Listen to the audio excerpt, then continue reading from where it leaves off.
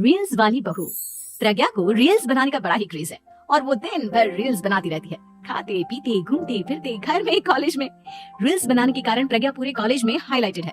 जहाँ उसके रील्स सभी को पसंद आते हैं, वहीं मनीषा चिंता में डूबी रहती है। एक रोज जब खाते हुए प्रज्ञा रील्स बना रही होती है, तब मनीषा कहती है, 1 मिनट भी चैन नहीं है इस लड़की को।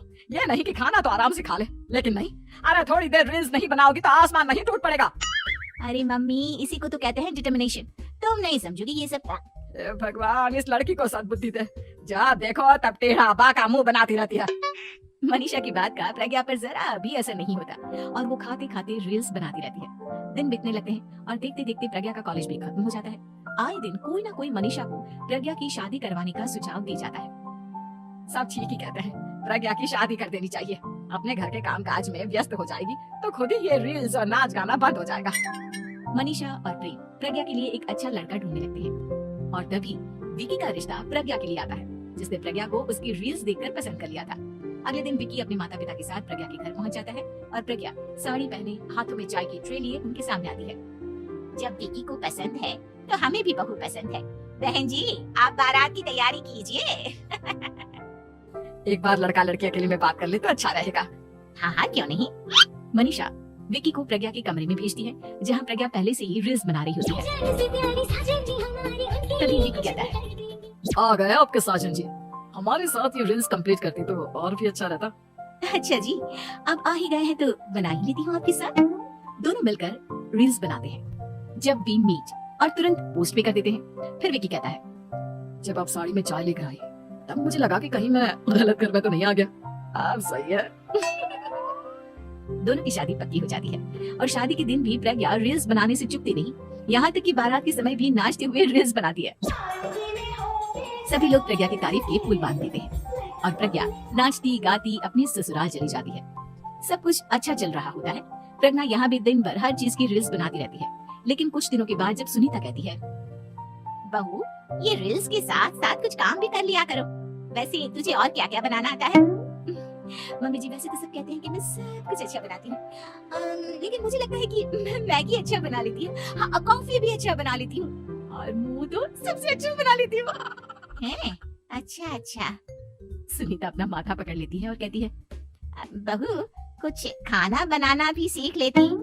मम्मी जी, मैं लंबी प्लानिंग कर रही हूँ। जल्दी ही मैं इतनी फेमस हो जाऊंगी कि मुझे पैसे मिलने लगेंगे। हम दोनों सास बहू राज करेंगे, राज नौकर काम करेंगी और लोगों की तो लाइन लगेगी हमसे मिलने के लिए। तेरा दिमाग खराब हो गया है क्या बहू?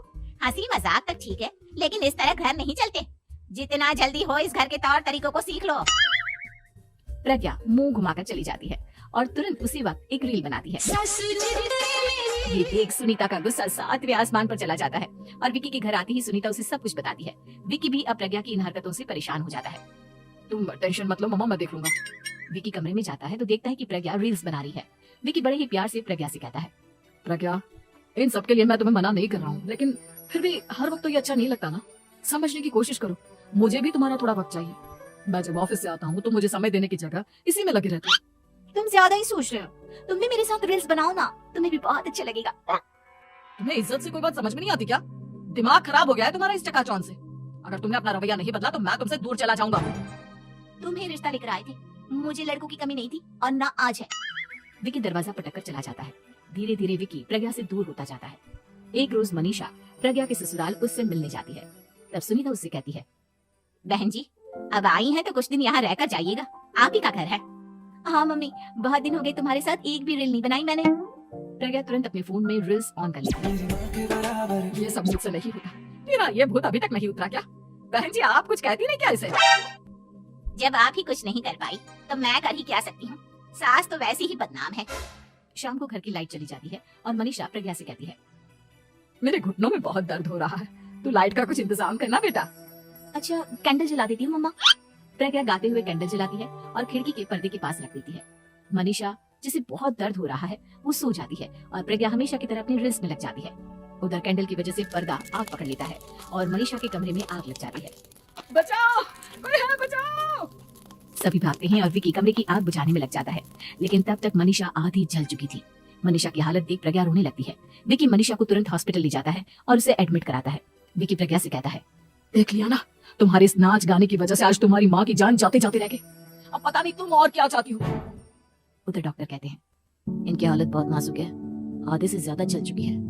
प्रज्ञा रोती हुई मंदिर में जाती है और भगवान के आगे जाकर कहती है, भगवान मेरी माँ को ठीक कर दो, मैं कसम खाती हूँ हाथ से ये रील्स बनाना छोड़ दूंगी, बस मुझे मेरी माँ वापस मिल जाए। 2 दिन बीत जाते हैं और मनीषा खतरे से बाहर आ जाती है। पेशेंट अब ठीक है, आप लोग उनसे मिल सकते हो। सब कोई मनीषा से मिलता है और प्रज्ञा सबके सामने अपना फोन तोड़ देती है। मुझे माफ कर दो मम्मा, मैंने तुम लोगों की बातों को नजरअंदाज किया।